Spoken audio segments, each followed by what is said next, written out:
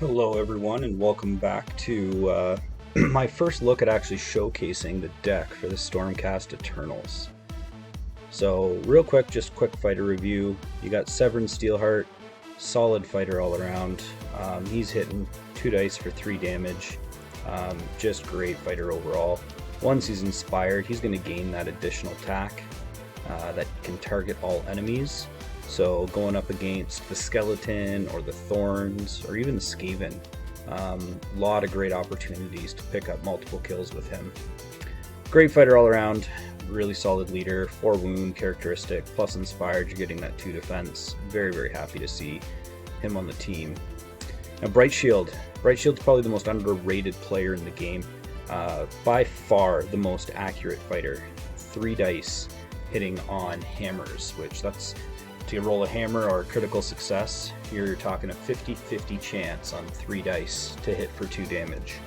The 2 damage doesn't seem as powerful, however, you stack a couple of upgrades, such as Great Strength right here for +1 damage, and also Incredible Strength for another +1 damage, and now you've got a very accurate fighter who is hitting and one-shotting just about anyone in the game.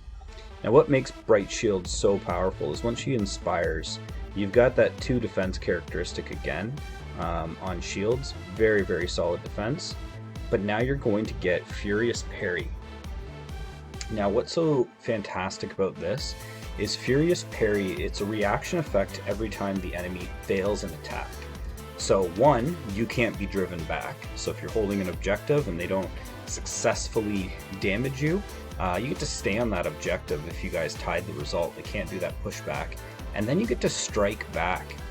One of my most recent games with the Skeletons, I actually got a free glory because they charged me and then I hit back for 3 damage because Great Strength and Incredible Strength stacks up this reaction attack as well.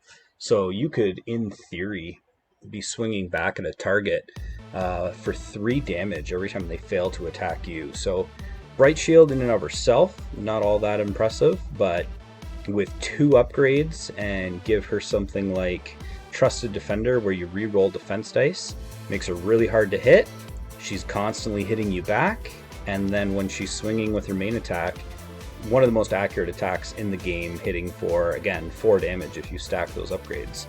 So really, Trusted Defender, Great Strength, and Incredible Strength on Bright Shield, and you've got yourself one of the toughest fighters in the entire game.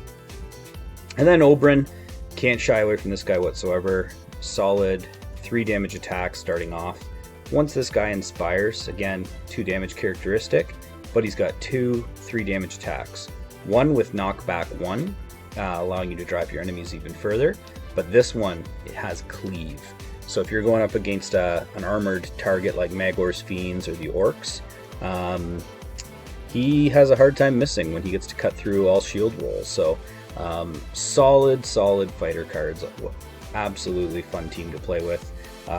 Biggest setback for them is going to be their limited mobility. Only being able to move 3 can provide situations where your opponent can kind of run and hide from you, and you don't necessarily get freedom of choice of where your engagements are going to be. Let's take a quick look at the objectives that I ran with. You'll see here, I've decided to take Consecrated Area. Score this in an end phase if no enemy fighter is adjacent to your fighters. Solid card, really hard for your opponent to counter this. If you're in a situation where they come at you, you swing back and try to either knock the fighter back if you tie in that attack or kill it outright. You're just really going to want to focus on making sure that no one is standing beside you in the end of the phase. Fairly solid, consistent 1 glory card to score. Now I did take Hold Objective 3 and Hold Objective 4. This really boiled down to the fact that there's not a huge selection of objective cards right now, and these 2 kind of synergize with my overall play. I've taken a card here, the Blazing Key and the Dazzling Key. So if I'm holding Objective 3 or 4 at the end of the game, and I've got one of these keys equipped, I get +2 glory. So since I'm going to want to end on those objectives anyway, having these in my hand kind of just I'm naturally going to be shifting to where these two objectives are on the board towards the end of the game, and hope that I'm able to score them as I'm getting there. Lightning strikes, I mean, Stormcast hits so hard that this is a no-brainer. You charge an enemy and you take him out of action, you're getting an extra glory for the kill. It's also a score immediately, helping cycle through your cards rather quickly. In my opinion, this is a must-take card in any build that you do for the Stormcast Eternals. Then Seize Ground, holding an objective in enemy territory. Again, I'm going to usually be deploying my objectives in their end, and I'm looking to stand on 3 and 4, and this usually pairs up quite nicely with what I'm trying to do. Chosen Champion, if I've got a fighter with 3 upgrades, I'm scoring this. It's a fairly consistent card for me. I'm scoring this most games because I'm stacking up Bright Shield to turn him into the ultimate unkillable weapon, and most games I'm usually able to score this. It's a tough draw in the very first round, but good card overall. So scroll down here next, Swift Advance. This is where my aggro portion of the deck comes out. I am usually charging into your end. This is a pretty hard card for your opponent to stop because there's no minimum number of fighters. You'll see some cards like Twilight Conquerors require you to have at least 3. These cards are tough with the Stormcast because one fighter can go down fairly easily in the game, whereas Swift Advance, I could be down to my last fighter, and as long as he's in your end, I'm scoring that. I took the 2 Tactical Supremacies, 3-4 obviously because it synergizes with my keys and also my Hold Objective 3 and Hold Objective 4. It's really nice when these things combo together. I took Tactical Supremacy 1 and 2 simply because I am trying to hold objectives in your end, and if 1 and 2 are available for me, I'll take it. Because it's a shock 2 glory, it was worth the risk for me, and adds a little bit of flexibility into my deck. If I draw this in my starting hand and I've got objective 1 and 2 close by, I'm not going to come at you quite as hard. I'm going to try and hold these at the end of the round, and it helps to get that early first round glory if I draw one of them in my starting hand. Advancing Strike, this really goes with Swift Advance. Score immediately if your warband takes an enemy fighter out of action and he is in his own territory. So again, since I'm going into your end, into my opponent's end, this card just works really, really well. I'm able to score at most games as I'm going at them. Change of Tactics and Precise Use of Force. Precise Use of Force can be a little troublesome. A lot of warbands will have a 3 wound fighter, and a lot of my guys do 3 damage attacks. The big draw for this card is the fact that it's score immediately. Scoring immediately helps you cycle through that objective deck really, really quickly. And if I'm holding, say, Tactical Supremacy 3 and 4, then I score Precise Use of Force, and I could draw into Objective 3 or Objective 4. Helps you combo quite nicely. Same thing for Change of Tactics. Really hard for your opponent to stop you from scoring this. Downside, it does take 2 activations to score. One, placing your fighter on guard, and then another to actually make the charge action. Nice thing about this card, though, is you don't have to be successful in your attack. As long as you charge, you're going to score this card, which is a huge plus side. And so that's it for my objective deck. You can see this is why I call my Steelhearts deck a flex aggro. A lot of my glory scored is coming from killing. I am also using killing my opponent's warband as a strategy to be able to slow down the amount of glory that he can score. But when push comes to shove, I can surprise my opponents with a lot of side glory coming from holding objectives. So let's take a quick look at the Gambits that I decided to run. I am running 1 card higher than the usual deck. This really boiled down to my Gambits were there were just too many good ones that I couldn't give up. If I wanted and I felt like I wasn't getting through my whole deck, I could drop Healing Potion and the Vampiric Weapon. They aren't essential, I haven't found them that useful, but I did choose to run with 11 cards. So Healing Potion, it's a great card with 4 wound fighters. Usually the first time you get hit, it's not going to kill you. Pop Healing Potion, and then you are in a position where you could potentially be back at full health. Peal of Thunder.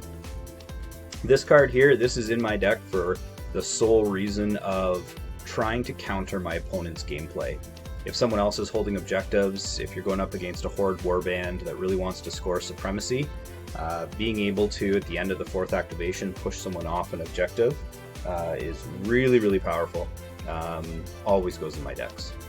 Sidestep was an obvious choice as well. This gets me on objective, so if I've made 3 charges with all my fighters and he's able to push me off of one of them, I push myself right back.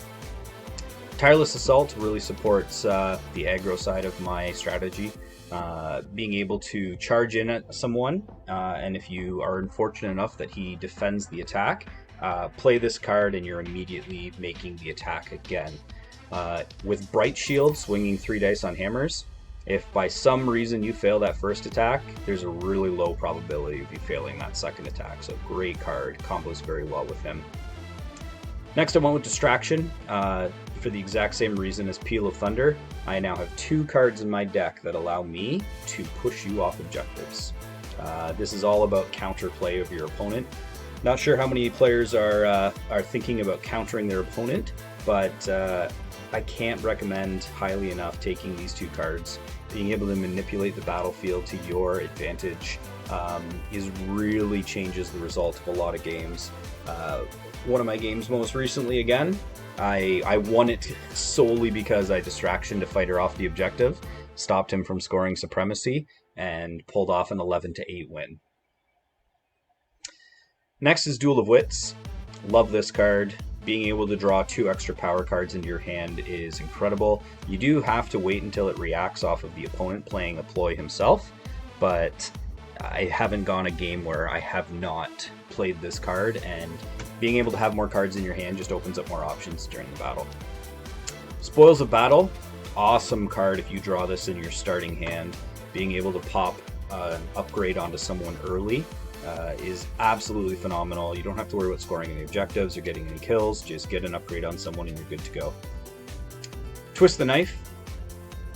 My deck is tailored towards aggro.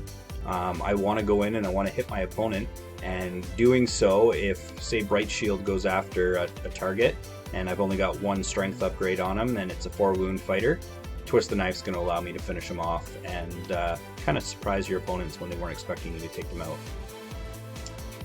Last 3 cards, my turn. Because of my fighters all have a really large health pool, I'm able to actually react with my turn quite often. Any card that allows you to make an additional attack really is strong. I've had many games where my opponent charges me, Bright Shield defends, and then or Oberon defends, and I hit you back for 3 damage. Punishing card if you don't actually knock my fighter out of action during your attack. Inspiration Strikes. Very valuable card for the Stormcast Eternals, because as you saw when I did the fighter cards, they get 2 defense dice once they're inspired, and having 2 defense dice radically increases your chances of staying alive through the whole game. So this card's a must-take in my opinion. And then Improvisation. Discard all power cards in my hand and draw 3 more. This card has pros and cons. There are times I've had to play it and drop some cards that I really did not want to get rid of out of my hand. But there's a plus side. If you've gone through a round and you've played all 4 of your other cards, you play this card, you discard everything, which is no other cards in your hand, and get to draw 3 more. So between this card and Duel of Wits, I don't really have a problem getting through my 22 power cards in a game. It's all about trying to play and cycle cards as fast as possible. So last but not least is my upgrades. We start from the top here. You'll see which way I went. +1 wounds. Really can't complain with that. Same with Great Fortitude, +1 wounds. If I get a lot of early game glory and I get these onto Bright Shield, you've now got a 6 wound fighter that again is highly accurate. You pop a couple things like Great Strength and now he's just an absolute beast. You use a healing potion as well. He's almost at the point where he's unkillable in the game. Great Strength for +1 damage. We talked about this earlier. I usually try to focus these on Bright Shield. There's occasional times where I'll use it on Severin or Oberon, simply because they can knock out 4 wound fighters. Situational, if I put it on them, my go-to plan is usually to put this onto Bright Shield. Next we've got the Dazzling Key and the Blazing Key. I talked about this earlier. Because my deck has a flex component to it, if I am focusing on holding those two objectives by the end of the game, these two cards, pop them on. It's a lot of surprise glory that can shock your opponent at the end of the game. Vampiric Weapon, it's not the greatest card in the world, but if I get that again onto Bright Shield, it really makes him unkillable. I will oftentimes discard this card. It's not a high priority to equip, but I needed to have equal amount of upgrades to Gambits. I may consider swapping this one out at some point. Trusted Defender. No ifs, ands, or buts. This goes in your deck every single time. The Inspire mechanic for these guys is they have to roll a shield or a critical to get inspired. So if you can get this on Bright Shield early, every time he's attacked, you're getting 2 of those opportunities to inspire. And then once he is inspired, you're essentially, you have the chance to roll 3 defense dice to stay alive. No questions whatsoever. That is a must-take card. Awakened Weapon really helps augment the aggressive side of my deck. Rerolling dice in case I fail an attack is really, really strong in this game. Then you'll notice I took a Destiny to meet. I found so far with Warhammer Underworlds Online that games are fairly low scoring, and if you're able to pop this onto a fighter that you're pretty confident is not going to be dead at the end of the game, scoring an extra glory, it's almost like adding another objective card into your hand, popping 1 more glory at the end of the game. Incredible Strength, exact same as Great Strength. We've talked about the values of that. And then the Formless Key, just another one of those areas I go to get extra glory by the end of the game. So that sums up my Gambits, upgrades, and objectives for Steelhearts, Severin Steelhearts. Fun warband to play, absolutely having a blast with these guys. I'm currently on a 3-game win streak with them. I have had some struggles against the Thorns, the Briar Queen, so some of my modifications have been made because they've come into the game. But I hope you like the strategy and the thought that's gone into this. My big key takeaway, no matter what deck you build, under your Gambits, you need to take Distraction. And if they have a faction-specific card like Peal of Thunder, you want to take those cards that allow you to push enemy fighters. Pushing them 1 hex does not seem like much, but those 2 cards have won me more games than I care to say. So I highly recommend them. I hope you like this build. If you have any questions on it, leave a comment for me. I'd be happy to discuss the thought process of why cards are in there. And if you have any recommendations, if you think there's anything I'm missing with this deck, I'd be happy to test it out. I'm really loving Warhammer Underworlds Online. Been playing it now for 3 days, and this is the deck combination I've come up with for these guys. So thank you so much, and you guys have yourselves a wonderful day.